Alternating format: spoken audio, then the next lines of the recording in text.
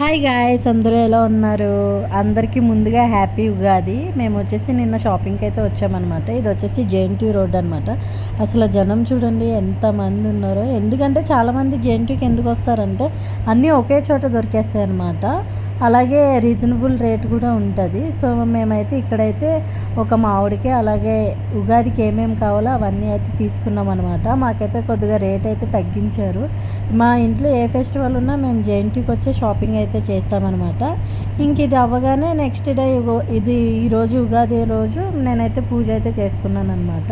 పూజ అయితే చాలా బాగా జరిగింది. సో మీ అందరికీ అయితే నేనైతే వీడియో తీసి చూపిస్తున్నాను అనమాట.